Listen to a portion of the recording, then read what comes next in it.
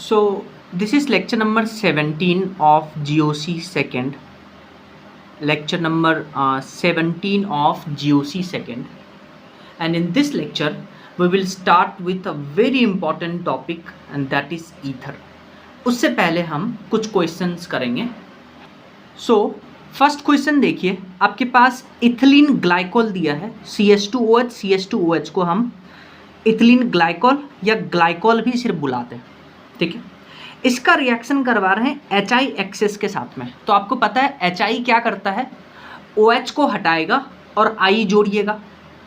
Since HI access में है तो दोनों OH को हटाने के लिए हमें 2 मोल चाहिए HI का, याद रखिएगा. तो यहाँ से देखिए दोनों OH हटेगा, यहाँ पे I जुड़ गया.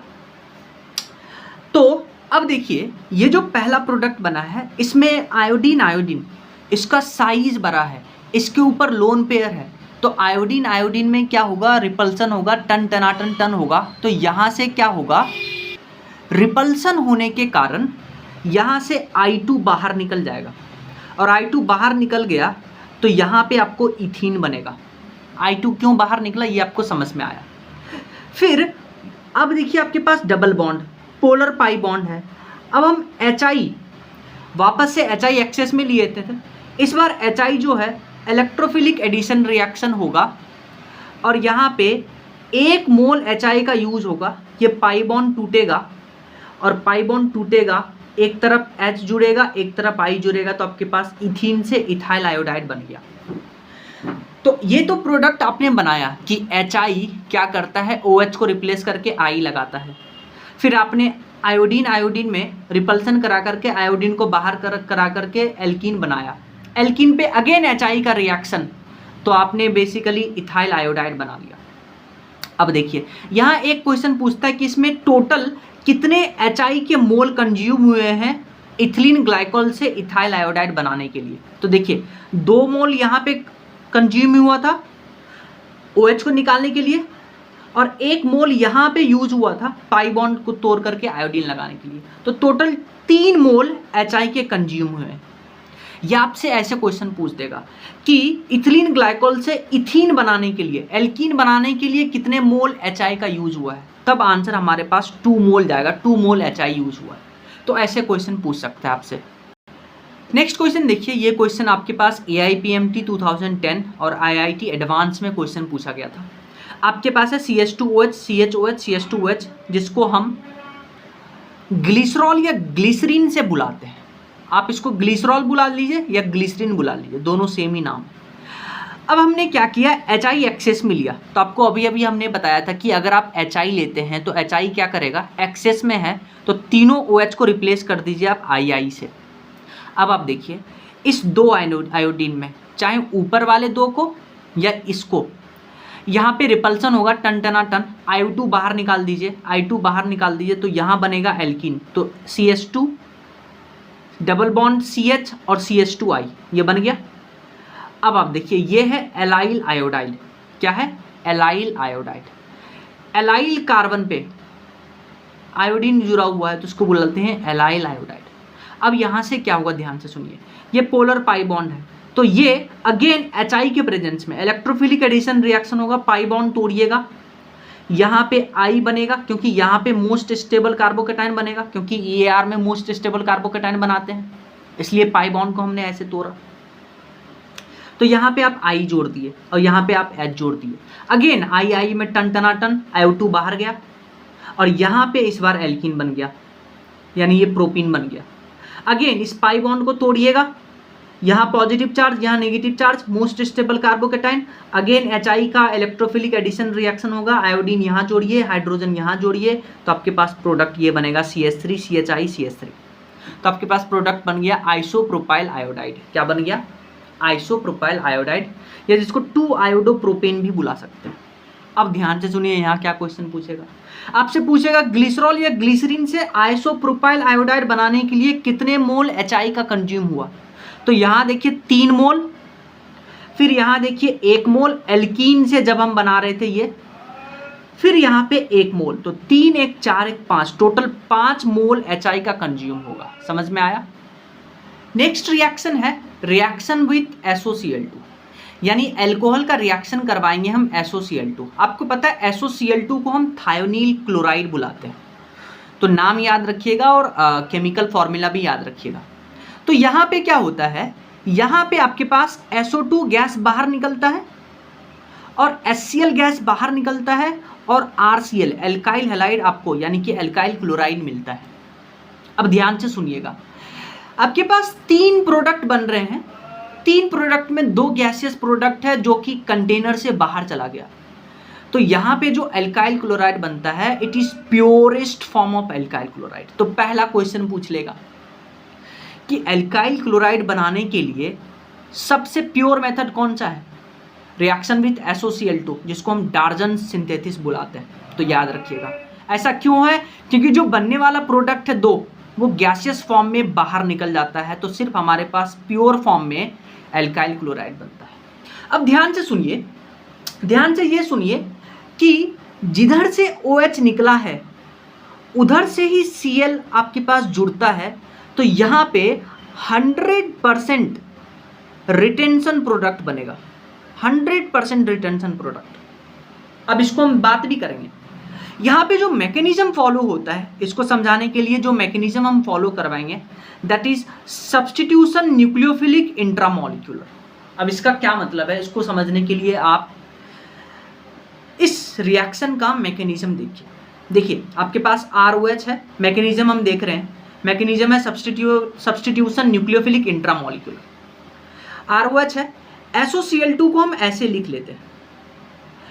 तब आपको पता है ये पोलर पाई बॉन्ड है, ये पोलर पाई बॉन्ड क्या करेगा, ये Cl अच्छा लीविंग ग्रुप है, ये यहाँ से बाहर निकला, ऑक्सीजन का लोन पेयर इस पे अटैक किया तो क्लोरीन बाहर निकला, तो देखिए पूरा ROH जाकर के SOCl से जुड़ गया। अब आप ध्यान से सुनिए, जैसे ही ऑक्सीजन पे पॉजिटिव चार्ज आया तो अब ऑक्सीजन क्या करेगा, इस हाइड्रोजन को लात मार देगा और इसके ऊपर जो 2 इलेक्ट्रॉन है वो अपनी तरफ ले लेगा। तो यहाँ से हाइड्रोजन जो निकला वो इस निकलने वाले क्लोरीन के साथ मिल करके HCl बना लेगा और आपके पास ROS डबल बॉन्ड OCl बच जाएगा। ठीक है, अब ध्यान से सुनिए, ऑक्सीजन हमेशा 2 बॉन्ड बनाना चाहता है, तो ये ऑक्सीजन क्या करेगा, इस R के पास जो दोनों इलेक्ट्रॉन है इसको अपनी तरफ ले लेगा क्योंकि ऑक्सीजन डबल बॉन्ड बनाना चाहता है, और ये क्लोरीन को यहाँ से लात मार के बाहर निकाल देगा कि क्योंकि क्लोरीन अच्छा लीविंग ग्रुप है।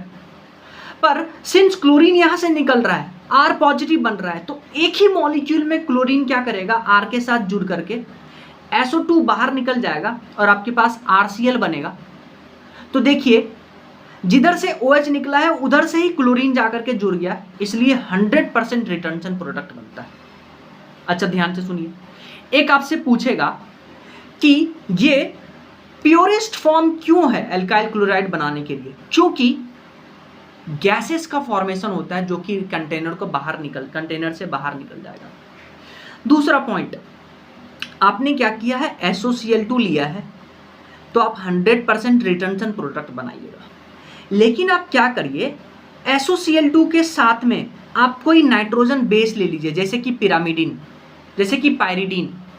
पायरिडीन एक नाइट्रोजन बेस है, तो जैसे ही आपने SOCl2 के साथ पायरिडीन बेस यूज किया, अब यहाँ पे जो मैकेनिज्म SNI था पहले, अब वो मैकेनिज्म SN2 में चेंज हो जाएगा और आपके पास बेसिकली 100% इन्वर्जन प्रोडक्ट बनेगा। आपको पता है SN2 में 100% इन्वर्जन प्रोडक्ट बनता है। तो देखिए याद क्या रखना है, अगर आपके पास सिर्फ SOCl2 है तो आप 100% रिटेंशन प्रोडक्ट बनाइएगा, लेकिन अगर आपके पास SOCl2 के साथ में पायरिडीन दे दिया तो आप SN2 मैकेनिज्म फॉलो करवा करके 100% इन्वर्जन प्रोडक्ट बनाइएगा। तो याद कैसे रखेंगे, आप याद रखिए पाई मतलब PI, यानी कि पायरिडीन आपको नजर आया SOCl2 के साथ में तो आप इन्वर्जन प्रोडक्ट बनाइएगा, 100% इन्वर्जन प्रोडक्ट। तो इस पॉइंट को लिख लेते हैं। तो देखिए, this is the best method to prepare pure alkyl chloride due to formation of gaseous side product SO2 and Cl2, SO2 and HCl. If in above reaction pyridine base is used, then SN2 mechanism takes place and product formed with 100% inversion in the configuration. लेकिन अगर pyridine अगर कोई nitrogen base नहीं लिया है तब आप 100% रिटर्नसन product बनाइएगा। कैसे? क्वेश्चन देखिए आप। तो पहला क्वेश्चन देखिए, आपके पास देखिए OH जो है वो वेज पे है, आपने लिया SOCl2, कोई पायरीडीन बेस नहीं है, तो 100% रिटर्नसन प्रोडक्ट बनेगा। तो OH को सब्सटीट्यूट करिए Cl से, और OH वेज पे है तो रिटेंशन प्रोडक्ट बनाने के लिए Cl को भी आप वेज पे बनाइएगा, तो 100% रिटेंशन। लेकिन आपने SOCl2 के साथ में पायरीडीन बेस ले लिया, देखिए ये पायरीडीन बेस है, तो रिएक्शन मैकेनिज्म SN2 होगा, 100% इन्वर्जन प्रोडक्ट बनेगा। OH वेज पे था, Cl अब डैश पे लगेगा, तो ये प्रोडक्ट 100% इन्वर्जन प्रोडक्ट बनेगा। डन। नेक्स्ट क्वेश्चन देखिए, आपके पास है PHHOHCH3। पहला रिएक्शन हम करवा रहे हैं SOCl2 के साथ में, थायोनील क्लोराइड के साथ में। तो अगर पायरीडीन बेस नहीं है तो 100% रिटेंशन प्रोडक्ट बनेगा। OH को हटा करके Cl लगाना है, Cl इधर ही जुड़ेगा, 100% रिटेंशन प्रोडक्ट। लेकिन अगर आपने SOCl2 के साथ में पायरीडीन बेस ले लिया तो रिएक्शन SN2 मैकेनिज्म फॉलो करेगा, 100% इन्वर्जन होना है। OH की जगह पे Cl इधर लगना चाहिए था, लेकिन 100% इन्वर्जन होगा तो Cl अब इधर आ जाएगा, तो 100% इन्वर्जन प्रोडक्ट। ट्रिक क्या है? पाई याद रखिएगा, पिरिडीन आएगा तो इन्वर्जन करवाएंगे। अब हम टॉपिक स्टार्ट करेंगे ईथर। ईथर में पहले हम प्रिपरेशन ऑफ ईथर पढ़ते हैं कि ईथर को कैसे बनाएंगे। तो जो पहला प्रोसेस है ईथर बनाने का वो है फ्रॉम एल्काइल हैलाइड, यानी RX से हम ईथर बनाएंगे। तो एल्काइल हैलाइड से ईथर बनाने का जो प्रोसेस है, जो प्रिपरेटरी मेथड है, उसको बुलाते हैं विलियमसन ईथर सिंथेसिस, जिसको WES से डिनोट करेंगे, और ये एक SN2 मैकेनिज्म को फॉलो करेगा। ठीक है, तो पहला हम ईथर बनाने का प्रोसेस समझ रहे हैं एल्काइल हैलाइड से, इसको बुलाते हैं विलियमसन ईथर सिंथेसिस, जो कि एक SN2 मैकेनिज्म को फॉलो करता है। अब हम देखते हैं कि ये रिएक्शन होता कैसे है। सो हम पढ़ने जा रहे हैं विलियमसन ईथर सिंथेसिस। मैंने आपको बोला था कि पहले हम एल्काइल हैलाइड लेंगे, एल्काइल हैलाइड मतलब RX। अब ध्यान से सुनिए, ये एल्काइल हैलाइड 1 डिग्री RX होना चाहिए, 1 डिग्री RX मतलब CH3X होना चाहिए। ठीक है, अब देखिए एल्काइल हैलाइड का हम रिएक्शन करवाते हैं सोडियम एल्कोक्साइड, मतलब RO नेगेटिव Na+, इसको क्या बुलाते हैं? Sodium alkoxide. सोडियम एल्कोक्साइड के साथ में रिएक्शन करवाते हैं। देखिए ये जो सोडियम एल्कोक्साइड है ये एक गुड न्यूक्लियोफाइल है, बहुत अच्छा न्यूक्लियोफाइल है ये। और न्यूक्लियोफाइल, एक बहुत अच्छा न्यूक्लियोफाइल होने के साथ साथ ये एक स्ट्रॉन्ग बेस भी है, ये भी याद रखिएगा, ये एक स्ट्रॉन्ग बेस भी है एक अच्छा न्यूक्लियोफाइल होने के साथ साथ। अब देखिए क्या होगा, मैंने आपको बताया था कि Williamson ether synthesis SN2 mechanism को फॉलो करता है। तो आप क्या करिएगा, डायरेक्ट यहाँ पे ये जो न्यूक्लियोफाइल है RO नेगेटिव, ये डायरेक्ट आप यहाँ पे अटैक करवाइएगा क्लोरीन हेलोजन बाहर निकाल करके, तो आपके पास बनेगा ROR और साथ में NX बाहर गया, तो देखिए आपके पास ईथर बन गया। तो एल्काइल हैलाइड से सोडियम एल्कोक्साइड के साथ रिएक्शन करवा के SN2 मैकेनिज्म फॉलो करवाएंगे, आपके पास ईथर बन गया। जैसे आप ध्यान से सुनिए, हम आपके सामने एग्जाम्पल लिख रहे हैं CH3O नेगेटिव Na पॉजिटिव, इसका रिएक्शन हम करवा रहे हैं CH3Br के साथ में। तो क्या करवाना है, देखिए मैंने आपको बोला था कि 1 डिग्री अल्काइल हैलाइड होना चाहिए, तो 1 डिग्री अल्काइल हैलाइड लिए। करना क्या है, डायरेक्ट Br हटाइए, यहाँ से न्यूक्लियोफाइल इस पे अटैच कर दीजिए, आपके पास आंसर बनेगा CH3O CH3, साथ में NaBr बाहर चला गया। अब आप देखिए इसको क्या बुलाएंगे, इसको आप बुलाइएगा सोडियम मिथॉक्साइड। क्या बुलाइएगा, सोडियम मिथॉक्साइड। ठीक है, अब आप देखिए कि ऑक्सीजन के दोनों तरफ सेम ग्रुप है, इसको बुलाते हैं सिमेट्रिकल ईथर। सिमेट्रिकल ईथर, और आपको पता है सिमेट्रिकल ईथर को सिंपल ईथर भी बोलते हैं, समझ में आया? सिमेट्रिकल ईथर को हम सिंपल ईथर भी बोलते हैं। जैसे एक और एग्जांपल देखिए, आपके पास नेक्स्ट एग्जांपल है इथॉक्साइड। इथॉक्साइड होता है CH3 CH2O नेगेटिव, और साथ में हम ले रहे हैं प्राइमरी अल्काइल हैलाइड यानी कि CH3Br। क्या करना है, SN2 मैकेनिज्म होगा, डायरेक्ट Br निकालिए, जो नेगेटिव पार्ट है वो इसके साथ अटैच करवा दीजिए। तो ये है आपके पास इथॉक्साइड। तो आपके पास देखिए क्या बना, आपके पास बन गया CH3 CH2O CH3। क्या देखिए ऑक्सीजन के दोनों तरफ अलग अलग ग्रुप अटैच्ड है, इसको बुलाते हैं अनसिमेट्रिकल ईथर। क्या बुलाते हैं, अनसिमेट्रिकल ईथर, या इसको मिक्स्ड ईथर भी बुलाते हैं। क्या बुलाते हैं, मिक्स्ड ईथर। या तो आपको रिएक्शन यहां से स्टार्ट करके दे दे, या आपको ऐसे बोल दे कि आपके पास अल्कोहल है और अल्कोहल का रिएक्शन करवा रहे हैं सोडियम और NaH के साथ में। तो आपको पता है यहाँ पे ये बेसिकली ये H+ देगा आपको, ये बेस है तो एसिड बेस रिएक्शन होगा, तो आपके पास क्या बनेगा, RO नेगेटिव Na+। तो यहाँ से ये भी रिएक्शन स्टार्ट कर सकता है, रिएक्शन यहाँ से भी स्टार्ट कर सकता है, और 1 डिग्री अल्काइल हैलाइड लेगा, डायरेक्ट SN2 मैकेनिज्म करवाइएगा, प्रोडक्ट बनाइएगा।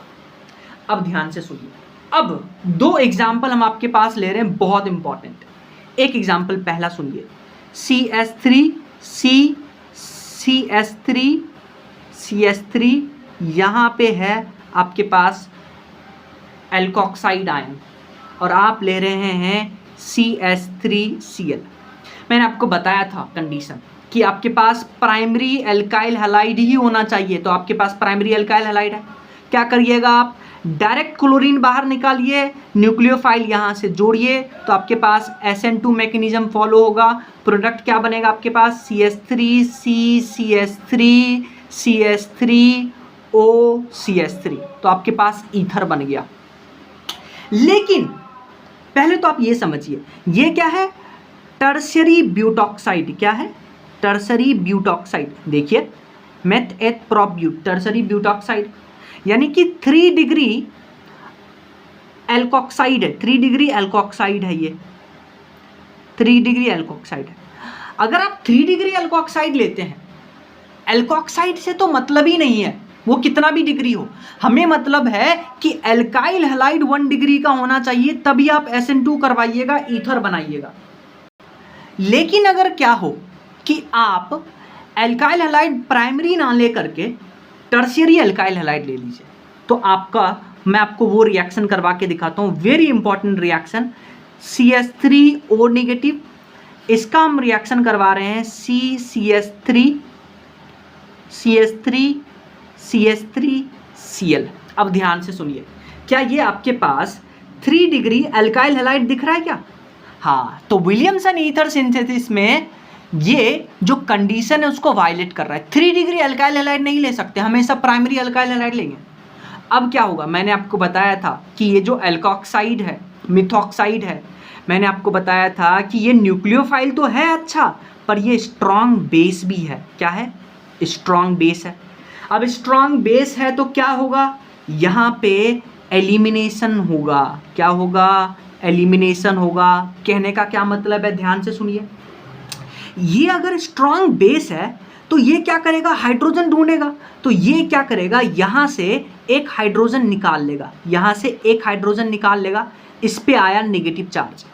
अब जैसे ही कार्बन पे नेगेटिव चार्ज आया, ये नेगेटिव चार्ज बॉन्ड बनाना चाहेगा, क्लोरीन एक अच्छा लिविंग ग्रुप, ये यहाँ से बाहर निकल गया, तो आपके पास एल्कीन बन जाएगा एलिमिनेशन से। तो देखिए प्रोडक्ट क्या बना, यहाँ से हाइड्रोजन निकले था तो CH2, ये नेगेटिव चार्ज यहाँ था तो डबल बॉन्ड CH3 और क्लोरीन बाहर निकल गया था, तो देखिए आपके पास क्या बना, एल्कीन बन गया। क्या बन गया, एल्कीन। या आप ऐसे भी देखिए, इसको 1, इसको दीजिए 2, तो इसको क्या बुलाएंगे, नहीं ऐसे इसको नेमिंग करेंगे 1 2, तो इसको बुलाएंगे 2 मिथाइल प्रोपेन, 1 2 3, इसको बुलाएंगे 2 मिथाइल प्रोपेन। तो यहाँ से SN2 नहीं होगा, एलिमिनेशन होगा। तो याद रखिएगा मैं आपको क्या बोल रहा हूँ कि दुनिया का कोई भी स्ट्रॉन्ग बेस वो क्या करेगा, 3 डिग्री अल्काइल हैलाइड को एलिमिनेशन प्रोसेस से उसको एल्कीन में कन्वर्ट कर देगा। तो इस पॉइंट को लिख लेते हैं। हमने टर्सरी ब्यूटाइल क्लोराइड लिया, 3 डिग्री अल्काइल हैलाइड लिया, जो कि विलियमसन ईथर सिंथेसिस के कंडीशन के कंडीशन को वायलेट कर रहा है, तो यहाँ स्ट्रॉन्ग बेस हाइड्रोजन को ले जाएगा, नेगेटिव चार्ज आएगा, नेगेटिव चार्ज बॉन्ड बनाएगा, क्लोरीन बाहर निकला, एलिमिनेशन, आपके पास एल्कीन बन गया। तो दुनिया का कोई भी स्ट्रॉन्ग बेस 3 डिग्री RX को अल्काइल हैलाइड को एलिमिनेशन रिएक्शन से एल्कीन में ले जाएगा। तो कंडीशन याद रखिएगा कि विलियमसन ईथर सिंथेसिस में एल्कोक्साइड आयन से तो कोई मतलब नहीं है। हाँ, एल्काइल हैलाइड जो आप ले रहे हैं वो 1 डिग्री एल्काइल हैलाइड ही होना चाहिए। रिएक्शन आप SN2 करवाइएगा, मैंने आपको सिखाया है कैसे प्रोडक्ट बनेगा, ईथर बना के आ जाइएगा, पर 3 डिग्री एल्काइल हैलाइड नहीं होना चाहिए। सो नेक्स्ट क्वेश्चन देखिए, ये क्वेश्चन जेईई मेन 2019 में आया था। मैंने आपको बोला था कि बेसिकली OH से भी स्टार्ट कर सकता है रिएक्शन। तो आपके पास फिनॉल है, फिनॉल का रिएक्शन सोडियम या NaOH या NaH से करवाते हैं। तो ये क्या करेगा, H+ निकाल करके सोडियम फिनॉक्साइड या सोडियम फिनेट आयन बनाएगा। अब देखिए आप ले रहे हैं प्राइमरी एल्काइल हैलाइड। हाँ, यहाँ पे क्या होगा, विलियमसन ईथर सिंथेसिस होगा, SN2 मैकेनिज्म होगा। यहाँ से आयोडीन बाहर निकालिए, डायरेक्ट आप न्यूक्लियोफाइल यानी कि फिनॉक्साइड आयन को CH3 से अटैच कर दीजिए, तो आपके पास ये प्रोडक्ट बनेगा। यानी इसको बुलाते हैं एनिसोल या इसको बुलाते हैं मिथाइल फिनाइल ईथर या मिथॉक्सी बेंजीन भी बुलाते हैं इसको, तो याद रखिएगा, ठीक है। नेक्स्ट देखिए क्वेश्चन आपके पास है कि ये जो आप एनिसोल बनाए हैं बेंजीन OCH3, ये बोला है कि this can be prepared by which method. तो ध्यान से सुनिए, this can be prepared by which method. मैंने आपको बताया था कि विलियमसन ईथर सिंथेसिस आपको करवाना है, RX 1 डिग्री होना चाहिए। पर आप देखिए यहाँ पे ये जो एल्काइल हैलाइड है, ये जो बेसिकली एराइल हैलाइड है, ये तो SN2 देता ही नहीं है। विलियमसन ईथर सिंथेसिस में SN2 होता है, और मैंने आपको बताया था कि कुछ कंपाउंड जो SN2 नहीं देंगे उसमें से क्लोरोबेंजीन भी आ रहा था। तो ये SN2 देगा ही नहीं, तो ये कंपाउंड बनेगा ही नहीं, तो ये ऑप्शन होगा ही नहीं। पर ये देखिए, ये आपको मिल गया प्राइमरी एल्काइल हैलाइड, जो कि कंडीशन था विलियमसन ईथर सिंथेसिस का। तब आप क्या करिएगा, क्लोरीन निकालिए, डायरेक्ट न्यूक्लियोफाइल को CH3 से अटैच कर दीजिए, आपके पास प्रोडक्ट बन जाएगा। नेक्स्ट क्वेश्चन देखिए, which of the following ether can't be prepared by Williamson ether synthesis. तो बोला है कि इन सब में से कौन ऐसा है ईथर जिसको हम विलियमसन ईथर सिंथेसिस से नहीं बना सकते। देखिए आपको विलियमसन ईथर सिंथेसिस में याद क्या रखना है, ये देखिए, पहली बात तो ये SN2 मैकेनिज्म फॉलो करता है। SN2 मैकेनिज्म फॉलो करता है मतलब अगर 1 डिग्री एल्काइल हैलाइड दिखेगा तो वो पक्का ईथर बना लेगा। 1 डिग्री एल्काइल हैलाइड सिर्फ दिखना चाहिए। तो आप क्या की पॉइंट यूज करिएगा इन सब क्वेश्चन में, आप देखिएगा, आप दोनों तरफ, जैसे ये ऑक्सीजन है ना, इसको हटा करके आप दोनों तरफ हेलोजन लगा दीजिए, और आप चेक करिए कि किसी एक साइड अगर प्राइमरी एल्काइल हैलाइड दिख गया, किसी एक साइड भी प्राइमरी एल्काइल हैलाइड दिख गया, या आप यूं समझ लीजिए कि अगर कोई एक साइड भी SN2 दे देगा तो ईथर बन जाएगा। जैसे यहाँ पे देखिए 1 डिग्री एल्काइल हैलाइड, ये SN2 देगा, यानी ये प्रिपेयर किया जा सकता है, ये ईथर प्रिपेयर किया जा सकता है विलियमसन ईथर सिंथेसिस से। आपसे पूछा है कि कौन नहीं कर सकता, कौन ईथर नहीं बन सकता, तो आप इसको देखिए, यहाँ पे भी CH3, इसको हटा करके दोनों तरफ X लगाइए, प्राइमरी एल्काइल हैलाइड पक्का ये विलियमसन ईथर सिंथेसिस देगा और ये प्रोडक्ट बन सकता है। नेक्स्ट देखिए ये, हाँ, दोनों तरफ लगाइए हेलोजन, यहाँ पे आपको 3 डिग्री एल्काइल हैलाइड मिल गया, और 3 डिग्री एल्काइल हैलाइड कभी भी SN2 नहीं देगा, वो हमेशा SN1 देगा। तो ये ईथर हम बना ही नहीं सकते विलियमसन ईथर सिंथेसिस से। नेक्स्ट क्वेश्चन देखिए, अगेन दोनों तरफ X लगाइए, क्या आपको नजर आ रहा है? मैंने आपको बताया था कि कौन सा कंपाउंड है जो बेसिकली SN2 नहीं देगा, ये दोनों था उसमें, तो ये दोनों SN2 नहीं देंगे, तो ये भी ईथर नहीं बना सकते हम विलियमसन ईथर सिंथेसिस से। नेक्स्ट देखिए, दोनों तरफ हेलोजन लगाइए, दोनों तरफ हेलोजन लगाइए, 3 डिग्री एल्काइल हैलाइड PHX, हाँ, ये दोनों SN2 नहीं देगा, तो ये भी विलियमसन ईथर सिंथेसिस से ये ईथर नहीं बना सकते। नेक्स्ट क्वेश्चन देखिए, अगेन दोनों तरफ X लगाइए तो आपके पास देखिए ये बना और ये बना। अगेन ये तो देगा ही नहीं SN2 और ये ब्रेड्स रूल को वायलेट कर रहा है, तो ये दोनों SN2 नहीं देगा, तो ये भी विलियमसन ईथर सिंथेसिस से हम इसको नहीं बना सकते।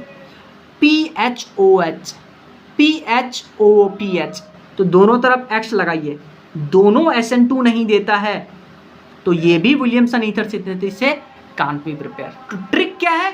ट्रिक है दोनों साइड में हेलोजन जोड़िए, देखो एक साइड भी SN2 देगा तो that ether can be prepared. समझ में आया क्वेश्चन कैसे करना है? नेक्स्ट जो तरीका है ईथर बनाने का, पहला तरीका था ईथर बनाने का, आप एल्काइल हैलाइड का बेसिकली एल्कोक्साइड के साथ में रिएक्शन करवाते थे, SN2 विलियमसन ईथर सिंथेसिस करवा होता था और आपके पास बेसिकली ईथर बनता था। जो दूसरा तरीका है ईथर बनाने का वो है एल्कोहल से, और एल्कोहल से जब हम ईथर बनाएंगे तो इसको बोलते हैं Williamson continuous esterification synthesis, WCES। तो सुनिए कैसे होता है, कैसे हम एल्कोहल से ईथर बना रहे हैं। तो आप देख रहिए 2 मोल एल्कोहल का हमने लिया, रिएक्शन का कंडीशन याद रखिएगा, यहाँ हम ले रहे हैं H+ यानी एसिडिक कंडीशन या concentrated H2SO4 and very important, very important temperature 150 degree Celsius से कम होना चाहिए, या आप डिग्री सेल्सियस को केल्विन में चेंज करिए तो टेम्परेचर 423 केल्विन से कम होना चाहिए। तो यहाँ पे क्या होगा, वाटर बाहर निकलेगा, यहाँ से वाटर बाहर निकला और ROR जुड़ करके आपके पास ईथर बना लेगा, वाटर बाहर निकला और 2 मॉलिक्यूल से वाटर बाहर निकल रहा है, इसको बुलाते हैं बाई मॉलिक्यूलर डिहाइड्रेशन। समझ में आया? ओवरऑल रिएक्शन समझ में आया? अब हम बात करते हैं कि रिएक्शन का मैकेनिज्म कैसा है। तो सुनिए, आपके पास ये था CH3CH2OH ले रहे हैं और इसका रिएक्शन करवा रहे हैं कॉन्सेंट्रेटेड H2SO4 या H+ भी लिख के दे सकता है, और टेम्परेचर देखिए 140 डिग्री सेल्सियस, होना कितना चाहिए था 150 डिग्री सेल्सियस से कम, या 423 केल्विन से कम, तो 413 केल्विन। तो यहाँ पे क्या होगा, विलियमसन कंटिन्यूअस एस्टेरिफिकेशन सिंथेसिस। करना क्या है? हाँ, करना क्या है, आप इसी के जैसा एक और मॉलिक्यूल लीजिए, पानी बाहर निकाल दीजिए और आपके पास आंसर आ जाएगा। तो देखिए क्या मैकेनिज्म है, CH3CH2OH है। अभी आप देखिए ये जो OH है ये पुअर लिविंग ग्रुप है और ये 1 डिग्री ROH है, यानी 1 डिग्री एल्कोहल है। आपने मीडियम में लिया है एसिडिक कंडीशन, तो ये एसिडिक कंडीशन में एसिड और बेस में रिएक्शन होगा, यहाँ पे ऑक्सीजन का लोन पेयर इसको डोनेट होगा, OH2 पॉजिटिव बनेगा, ये वाटर यहाँ से बाहर निकला, और एक ऐसा ही मॉलिक्यूल CH3CH2OH, इस पे आएगा पॉजिटिव चार्ज और ये ऑक्सीजन पे लोन पेयर ये इस पे अटैक कर देगा और क्या बनाएगा CH3CH2OH CH2CH3। तो आपके पास देखिए प्रोटोनेटेड ईथर बन गया, इसको ऑक्सोनियम आयन भी बुलाते हैं, प्रोटोनेटेड ईथर को ऑक्सोनियम आयन भी बुलाते हैं। डायरेक्ट SN2 से अटैक करेगा। अब यहाँ से आप H+ बाहर निकाल दीजिए, क्योंकि ऑक्सीजन पे पॉजिटिव चार्ज, घोर अपराध, हाइड्रोजन को लात मार के बाहर निकाल देंगे, दोनों इलेक्ट्रॉन को ऑक्सीजन को दे देंगे, तो H+ बाहर निकला, तो आपके पास दिख रही है CH3CH2O CH2CH3, यानी इथॉक्सी ईथेन बन गया। अब ध्यान से सुनिए, अगर आप यहाँ पे 1 डिग्री ROH लेते हैं, सिर्फ और सिर्फ 1 डिग्री ROH लेते हैं, तो 1 डिग्री ROH से आपके पास देखिए सिमेट्रिकल ईथर बनेगा। क्या बनेगा? सिमेट्रिकल ईथर बनेगा, और ये बेस्ट तरीका है सिमेट्रिकल ईथर बनाने का 1 डिग्री ROH से। ठीक है, जैसे आप इस क्वेश्चन को करके देखिए, आपके पास है CH3CH2OH, आपने कॉन्सेंट्रेटेड H2SO4 लिया है और एक बार टेम्परेचर आपने लिया 140 डिग्री सेल्सियस, तो जो कि 150 डिग्री सेल्सियस से कम है। तो यहाँ पे क्या होगा, विलियमसन कंटिन्यूअस एस्टेरिफिकेशन सिंथेसिस। करना क्या है आपको, एक ऐसा ही मॉलिक्यूल लीजिए, पानी बाहर निकाल दीजिए, तो आपके पास डाई इथाइल ईथर बन गया SN2 मैकेनिज्म से। लेकिन आपने टेम्परेचर 150 डिग्री सेल्सियस से ज़्यादा ले लिया, 170 डिग्री सेल्सियस या केल्विन में बात करिए, तब क्या होगा, यहाँ पे एलिमिनेशन रिएक्शन होगा। CH3CH2OH में OH और H बाहर निकलेगा, आपके पास इथीन बनेगा एलिमिनेशन प्रोसेस से। तो टेम्परेचर का बहुत इंपॉर्टेंट रोल है विलियमसन कंटिन्यूअस एस्टेरिफिकेशन सिंथेसिस में। तो ये दो क्वेश्चन एनसीईआरटी से लिया गया है जो कि वेरी इंपॉर्टेंट है, पर ये दो क्वेश्चन इज नॉट इम्पॉर्टेंट। क्या है नॉट इम्पॉर्टेंट का मतलब? आपने लिया एल्कोहल कॉन्सेंट्रेटेड H2SO4 के साथ में, अब आपने ले लिया 0 डिग्री सेल्सियस, तो यहाँ पे आपके पास डाई इथाइल सल्फेट बनता है। याद रखना होगा तो रख लीजिएगा, नहीं तो भूल जाइए। और जैसे ही आपने 100 डिग्री सेल्सियस लिया तो यहाँ पे आपके पास इथाइल हाइड्रोजन सल्फेट मिलता है। क्या मिलता है? Ethyl hydrogen sulphate. याद रह जाएगा। नेक्स्ट हम पढ़ने जा रहे हैं nucleophilic substitution reaction in ether. क्या इसका मतलब है? ध्यान से सुनिए।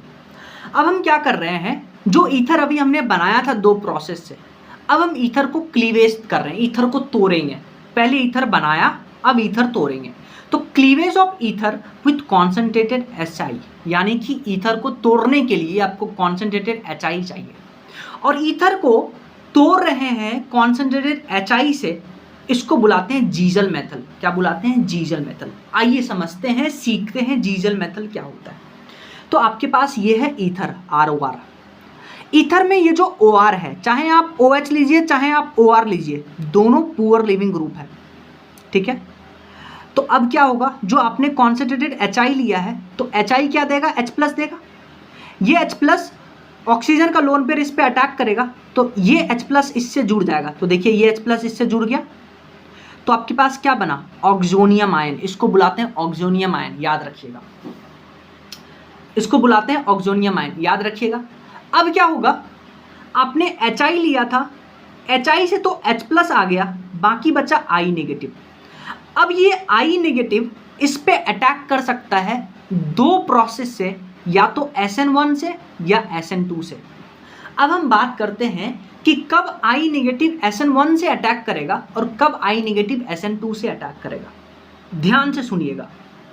आप क्या देखिएगा, आप ऑक्सोनियम आयन में चेक करिएगा और आप बॉन्ड को इस तरीके से तोड़िएगा, तोड़ करके देखिएगा। अगर आपको बनने वाला कार्बोकेटाइन 3 डिग्री मिले या 3 डिग्री से ज़्यादा स्टेबल मिले, ध्यान से सुनिएगा, मैंने 2 डिग्री नहीं बोला है, मैंने 3 डिग्री से स्टार्ट किया है। तो अगर बनने वाला कार्बोकेटाइन 3 डिग्री पे हो या 3 डिग्री से ज़्यादा स्टेबल हो, तब हम SN1 मैकेनिज्म फॉलो करवाएंगे और डायरेक्ट बेसिकली जो I नेगेटिव है न्यूक्लियोफाइल, उसको अटैक करवा करके प्रोडक्ट बनाएंगे। तो इस पॉइंट को लिख लेते हैं। अच्छा, HI है ना, HI की जगह पे हम HBr भी यूज कर सकते हैं, तो याद रखिएगा। तो concentrated HBr can also be taken. So if 3 degree or more than 3 degree stable carbocation are formed, then go for SN1, otherwise SN2। आइए क्वेश्चन करके देखते हैं। जैसे आप इस क्वेश्चन को देखिए, CH3C CH3 CH3O CH2 CH3 reaction करवा रहे हैं कॉन्सेंट्रेटेड HI के साथ में। तो आप सुनिए, है ना, अभी हम इसको भी पढ़ लेंगे, पर आप सुनिए। आप क्या करिए, इन दोनों तरफ से तोड़ करके कार्बोकेटाइन अपने मन में सोचिए। यहाँ पे आप कार्बोकेटाइन बनाइएगा तो ये 3 डिग्री कार्बोकेटाइन बनेगा, और जैसे ही 3 डिग्री कार्बोकेटाइन बना तो आप यहाँ पे SN1 मैकेनिज्म फॉलो करवाइएगा। बॉन्ड को आप ऐसे तोड़ दीजिए और यहाँ पे I नेगेटिव लेकर के जा करके चिपका दीजिए। तो यहाँ से I नेगेटिव जुड़ेगा और यहाँ से OH जुड़ेगा, तो यहाँ से CH3 CH2OH मिलेगा और यहाँ से I जुड़ेगा। अब करना कैसे, ये तो मैंने आपको बता दिया। पहले क्या करना है, आपको ऑक्सोनियम आयन बनाना है। कैसे? इस ऑक्सीजन का लोन पेयर H+ से जुड़ेगा, तो ये देखिए आपके पास ऑक्सोनियम आयन बन गया। CH3C CH3 CH3 OH CH2 CH3। अब आप क्या करिए, अब यहाँ पे तोड़ना है आपको। एक बार आप उन्हें ऑक्सोनियम आयन बना लिया, अब यहाँ से तोड़ना स्टार्ट करिए। अगर आप यहाँ से इस पूरे बॉन्ड को ऐसे तोड़ते हैं तो यहाँ कार्बोकेटाइन बनेगा, और ये कार्बोकेटाइन 3 डिग्री कार्बोकेटाइन है।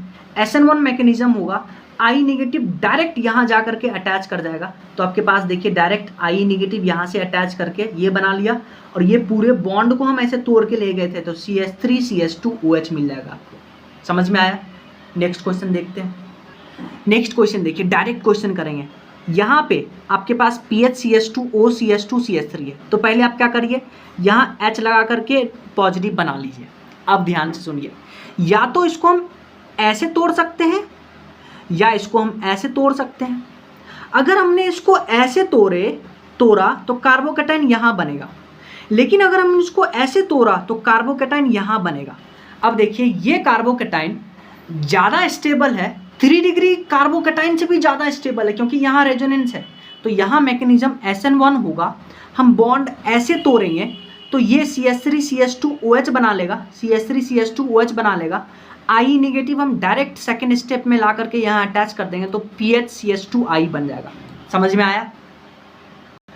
नेक्स्ट क्वेश्चन देखिए, आपके पास है CH3CH3O CH2CH3। क्या करना है, डायरेक्ट यहाँ पे H पॉजिटिव बना लीजिए। अब ध्यान से सुनिए, या तो ये बॉन्ड ऐसे टूटेगा या बॉन्ड ऐसे टूटेगा। ऐसे तोड़िएगा तो 1 डिग्री कार्बोकैटायन बनेगा, ऐसे तोड़िएगा 2 डिग्री कार्बोकैटायन बनेगा। अच्छा, कंडीशन याद है? हाँ, 3 डिग्री, मिनिमम 3 डिग्री कार्बोकैटायन होना चाहिए या उससे ज़्यादा स्टेबल। तो यहाँ तो 2 डिग्री है, तो यहाँ तो SN1 होगा ही नहीं।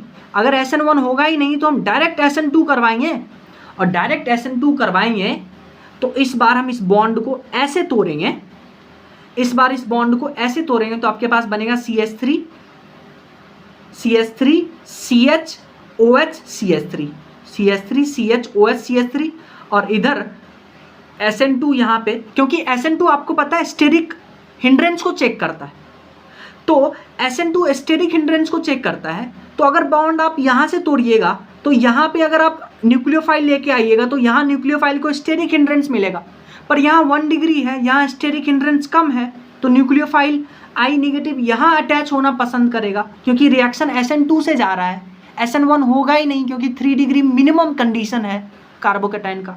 इसलिए हमने जो न्यूक्लियोफाइल है यहाँ से अटैच किया, तो CH3CH2Br बनेगा, क्योंकि HBr हमने लिया है, और यहाँ से CH3CHOH CH3 बनेगा। डन। नेक्स्ट क्वेश्चन देखिए, CH3CH2O CH3 concentrated HI access में हमने ले लिया है। तो आप देखिए यहाँ पे H लगाना है पॉजिटिव, आप चाहें ऐसे तोड़िए, ऐसे तोड़िए, या चाहें आप ऐसे तोड़िए, ऐसे तोड़िए। बनने वाला कार्बोकैटायन है 1 डिग्री और 1 डिग्री, तो यहाँ डायरेक्ट SN2 होगा, और आपको पता है SN2 स्टेरिक हिंड्रेंस को प्रीफर करता है, यहाँ स्टेरिक हिंड्रेंस कम है, तो आपने HI लिया है तो I नेगेटिव जो है वो CH3 से जुड़ेगा, तो CH3I बनेगा, और यहाँ पे बनेगा CH3CH2OH। एक बार आपने CH3CH2OH बना लिया, HI आपने एक्सेस में लिया है, तो अगेन HI इसके साथ रिएक्शन करेगा, OH को बाहर करके I बना लेगा SN2 से। समझ में आया? लेकिन आपने हॉट एंड कॉन्सेंट्रेटेड HI ले लिया। क्या ले लिया? Hot and concentrated HI। तो अगेन सेम रिएक्शन होगा, hot and concentrated HI same reaction होगा, और आपके पास सेम प्रोडक्ट बनेगा। अगेन यहाँ पे देखिए PHO CH2 CH3, क्या करना है, यहाँ पे H प्लस ऑक्सोनियम आयन बना लीजिए।